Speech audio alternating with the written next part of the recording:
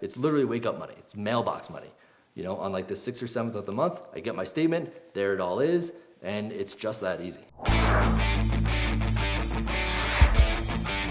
Hey, Travis Sperr with Pine Financial Group here. We're working together so you succeed. Thanks for watching the video today. Looking to put out some content for you and help you in your own business. Today I'm here with Justin Cooper, also from Pine Financial Group, and we're going to talk about the age-old question, whether or not to use a property manager. So what we'd like is if you see this video on YouTube, make sure you click subscribe, maybe the notification button. If you're checking us out on Facebook, please give us a like and follow our page as we look to continue to give you some new content. So Justin, maybe a second about yourself, maybe your rental portfolio, what you're working on. Yeah, thanks, Travis. So I bought my first property. It was actually a fix and flip back in 2007, and just been having a lot of success over the past 10 years, at least after that first one. Most recently, though, I've been trying to add to my rental portfolio. So we're up to 4 doors right now, and looking to just keep growing. Very How cool. about you, Travis? Yeah, so I started buying rental properties in 2010 and started, adding a few here and there. Currently have 13 doors, and Justin and I often go back and forth on whether or not to use property management. Justin, you're using property management. Can you give us a couple reasons as to why you decided to go that way? Yeah, so at a certain level, it's because I think I am a horrible property manager. So unfortunately, that kind of I figured that out over a couple years. So I wanted to, when I first started buying rental properties, we were managing them ourselves, my wife and I. And I found that we were running into some very costly turnovers. There was rent coming in late, and I felt like I had a big heart, and I was okay with them paying late, and we'd work through those issues. But even then, there would be turnover, as there is in rental properties. Sure. And I had several very expensive turnovers. So upon reflecting and looking at my bank balance, realized that there might be a better way. So, I tweaked it myself. I didn't just throw my arms up and give it up. But after trying a couple different tweaks, managing property slightly differently myself, I realized that the heart I had was still just going to be too big. And there were certain other things I was doing. I wasn't getting in and doing enough inspections. I felt like I think that could have saved me some money on turnovers. And I realized that at a certain level, my tenants were smarter than me when it came to property management. And so they exploited that, which kudos to them, but unfortunately it cost me money. Sure. Okay. And I don't use property management, my units myself, and the reasons for that, I guess, I've always felt like, kind of the whole thing of like nobody can manage my property like I can, right? I've most recently found that not to be true. I mean, sometimes it's been challenging. There's been times where I do want to actually throw my arms up and do something different. When I first started buying rentals, I was like 26 years old, and so I felt like I couldn't have conversations with my tenants, right, in person, because they would just look at this little punk kid and, how they're going to exploit me, like you mentioned. So I would always tell them, just call the office. And then when I was at the office, I could just be the voice on the other side of the phone. My biggest reason for not was it simply comes down to the cost. I mean, sometimes between 8 and 10%, and when you have a handful of doors, that's real money. If you look at it on an hourly rate, I think I typically spend less than an hour a week managing the properties, and so if I broke that down to an hourly rate, I think that it's a fair chore for me to manage the rental properties. I would probably agree with your side of it, though, is keeping up in the rents. Having that big heart sometimes is challenging. If you've had a tenant that's been there for 4, 5, 6 years and you're trying to get close to market rents, it's tough to send that increase letter.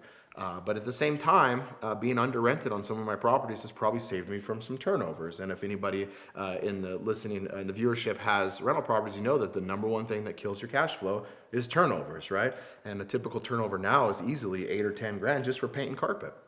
So it's been interesting. I also felt like my network was strong enough if I had an issue, plumber, HVAC, I have people that I can text and they take care of it. And maybe I could have better relationships than a property manager might, but that may or may not be true. What's been your experience with, say, maintenance calls or things like that?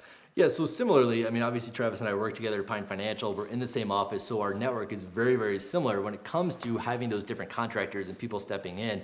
I never went out and dealt with the toilets and those types of issues when there were those calls. We had a network and I could reach out. So I would take the phone calls and manage it myself, but then sub out the work to other folks. But for me, what really made me happy with my decision to turn over, to begin transitioning to property management, not all of my units are managed by property managers, but the first one I did, I was having issues with the tenant. We weren't communicating very well.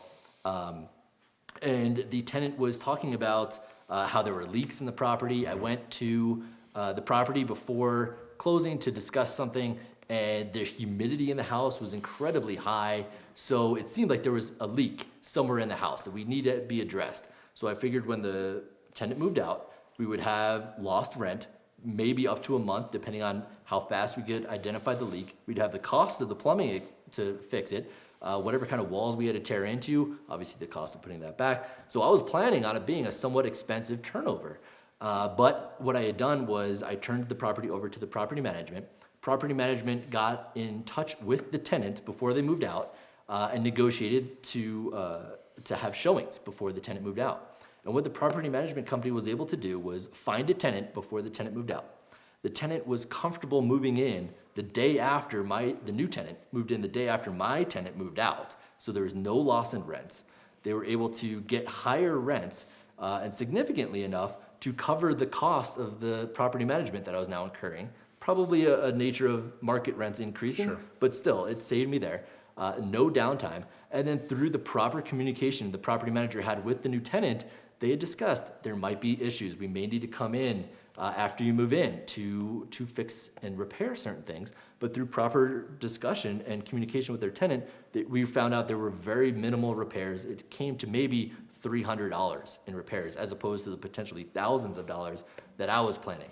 So with no loss in rents, higher rents, and greatly reduced expenses on that turnover, for me, it's well worth it. The money I think I saved, I haven't actually penciled out the return on investment, but I think it's well worth it. Yes, there is a monthly expense, but overall, just that one turnover has saved me a lot. So specific to using property management, what would you say your favorite part of it has been?